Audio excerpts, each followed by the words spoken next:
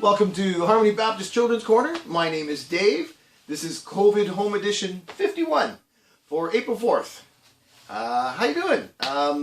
So back in the lockdown. I guess that means more games around the house, eh? More board games and stuff. No more going outside as much. You know, I used to... one of my favorite games when I was a kid, one of my favorite games outside, we're talking outside games, was hide and seek. I love hide and seek. Hide and seek was great because I'm good at it. I was good at it. I think I still would be good at it, you know. Because I'd find great hiding spots and nobody ever found me, you know, and you'd have to wait, you know, until they called for everybody to come in. And you know who's good at hide and seek was my son Luke. Now at camp we play find the leader, which is basically hide and seek. So the leaders, we all close our eyes basically, and the leaders go hide. Luke would go like under floorboards, like he'd lift the board and put it, and then put the board back on top of him, or he'd be up in the highest part of the rafters in the lodge. Like there's no way we never found Luke, and you'd have to yell out, you know, okay, and when I was a kid, when you wanted everybody to come in, you know, okay, this is it, lights are on, gotta go, you know, we yell out, Olly Olly Oxen free, Olly Olly Oxen free. That's what I always thought it was, Olly Olly Oxen free. I haven't the slightest clue what that means. Olly Olly Oxen. There's a word, oxen. All the oxen are free? I don't... Like, now, I looked it up. I Googled it, you know. And I guess it's supposed to be all who are out are in free. Olly Olly out and free. I guess that should have been Olly Olly out and free. But it became Olly Olly Oxen free, you know. But, yeah, I love the hide and seek. That was a great game.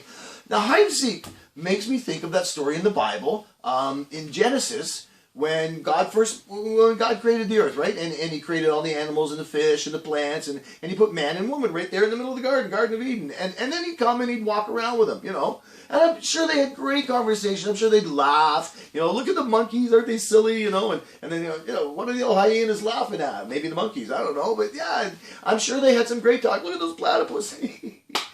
But then came the time when the enemy took the form of the snake and tricked. He lied basically to Eve, and she fell for it and ate, you know, what she wasn't supposed to eat. And then she got Adam to eat what he was supposed to eat, and they were given what we call understanding. They kind of understood things now. They understood that they weren't wearing any clothes, so they kind of hid.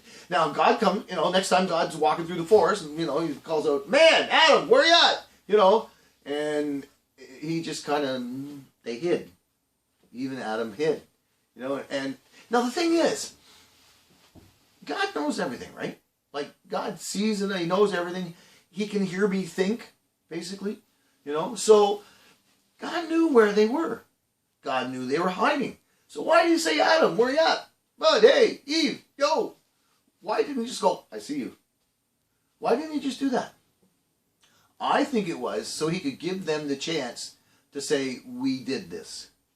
And then to apologize. Instead of going, nah, nah, nah, you know, and yelling at them. I think he wanted to give them a chance first, give them a chance for him to forgive them for doing something they weren't supposed to do, you know. So I think that's why God, you know, said, hey, Adam, where are you?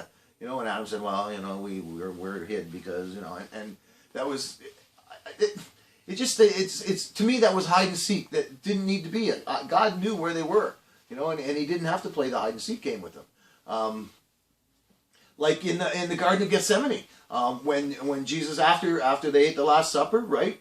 And Jesus and Peter and John and James, and they go to the garden to pray, and it's really late at night, and they're really tired, and Peter and John and James fall asleep. But this is like the Garden of Gethsemane is like a fruit orchard. There's a lot of trees and like that, and that's where Judas leads the soldiers, the Roman guard, and they come and they grab him and they get Jesus. Now, I'm sure he could hear them coming. I'm sure they weren't like, shh. I'm sure, I mean, he's this way, come on over here, go over here, look over here, there he is, let's go. Like, I'm sure they heard him coming. And I'm sure they could have just slipped away, like hide and seek. In fact, at the end of Mark, it talks about one guy, there was a guy there, and he just slipped away between the trees, and gone. You know, and he wasn't wearing any clothes either for some reason. It said he had a linen sheet and whatever. Maybe a coincidence, I don't know. Anyways, yeah, like, Jesus and the disciples, I'm sure they could have just slipped away into the trees, done a little hide and seek thing. Or Jesus, this is Jesus we're talking about. He could have done the miracle thing like, I'm invisible. You know, if you remember soap. Yeah, he could have gone invisible. He could have done anything. He could have, you know, you guys can't see me. He could have, but he didn't. He didn't play hide and seek. He did what he knew he had to do. That he knew this is what's coming. This is the plan. Here it is. Let's go. This is what God wants for me. So, God, what you want, I'm yours to do. You know? And then, you know, they put him up on the cross, and he yells out, "Olly Olly Oxen free." Well, he didn't really yell that out, but that's basically what he did. He basically said, all you who are out there are in free because of me. If you want it, Olly Olly Oxen free. That's what Jesus did for you and me on Easter. He let us come to God through him. We're never going to make that. We can't do it. It's not possible for us. But he made the way.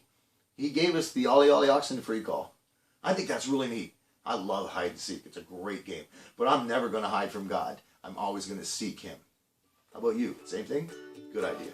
All right. Talk to you next week. Take care. Love you guys. Ciao.